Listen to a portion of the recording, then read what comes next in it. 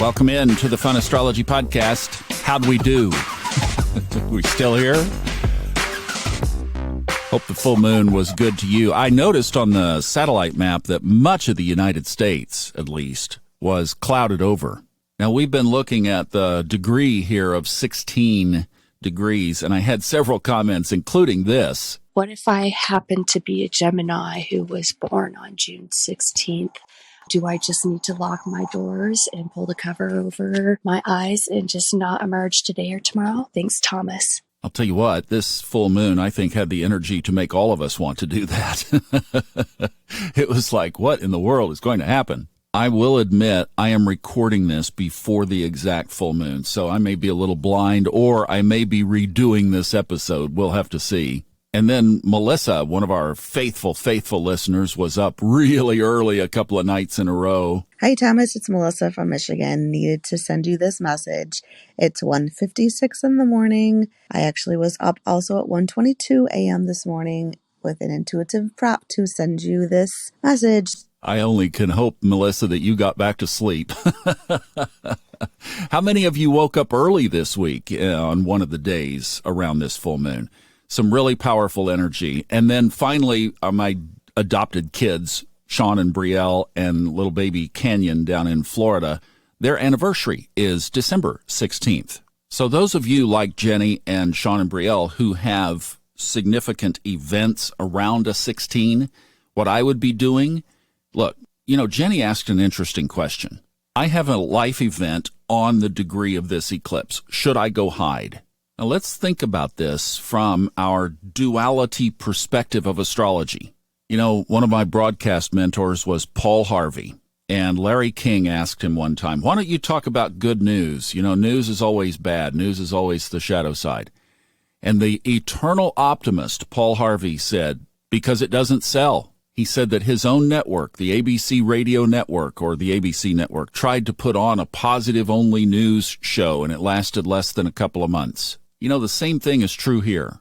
Negative astrology, especially the fear-based, sells, and especially in the mainstream. Now look, this eclipse, and we'll be on the backside of it now through the weekend, basically. But look, when you have the planet of conflict conjunct a full moon, as interpreters of astrology, we have to take a look at that. When you have it aspected to Saturn, we have to take a look at that. But which side of this are we on, right? And that's what I keep trying to hammer here is we can create our reality within what the energies of the sky are showing or reflecting to us, really. So as I'm recording this in North Carolina, we are having an all-day rain shower.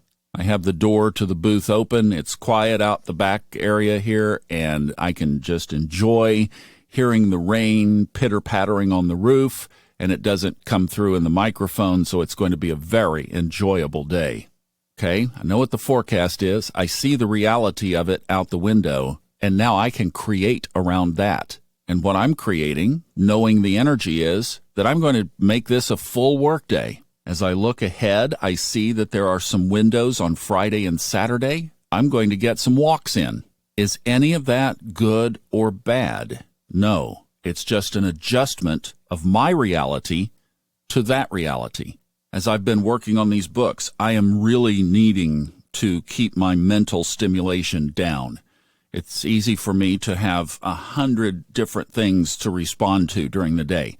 Even a text message takes away focus from that for a moment. And on a typical day, that is no problem. In fact, it's welcomed. It's like, hey, great, conversation, engagement, investing in somebody's life, finding out how they're doing, etc. Right now, I'm in a mode where I have to contain that because I only have so much energy that I can expend today. There is so much in front of me that there is not anything left for the periphery. But that's right now. That's going to end, probably this weekend. So we have a full moon. So I just wanted to set stuff aside for a few days. So I put some messages up of, hey, I'll be back. I'm still alive. I'll be back. I'll see you in a few days kind of thing, That's just saying that anything that in my life is not pressingly urgent, which very little is, it can wait. That's surfing the energy.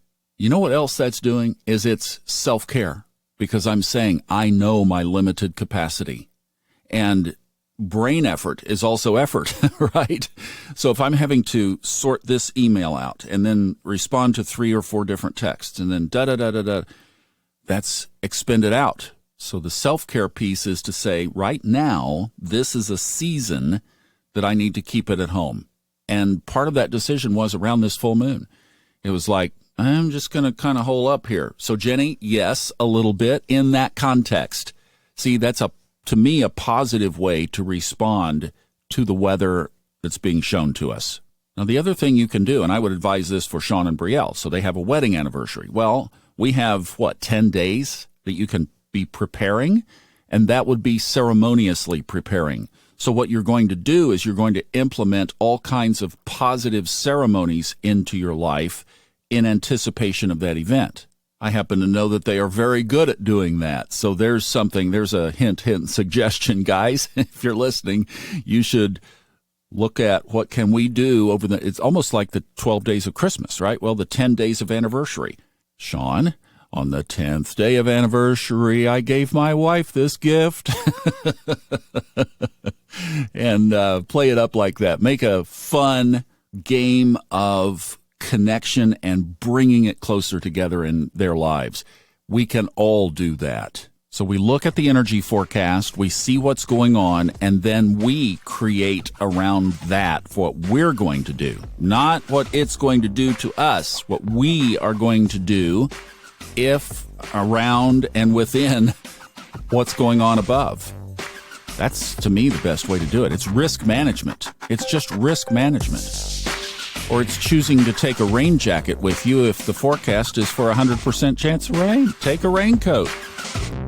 I hope that helps. This was fun. Thanks, guys, for playing along with the numbers game. See you back tomorrow.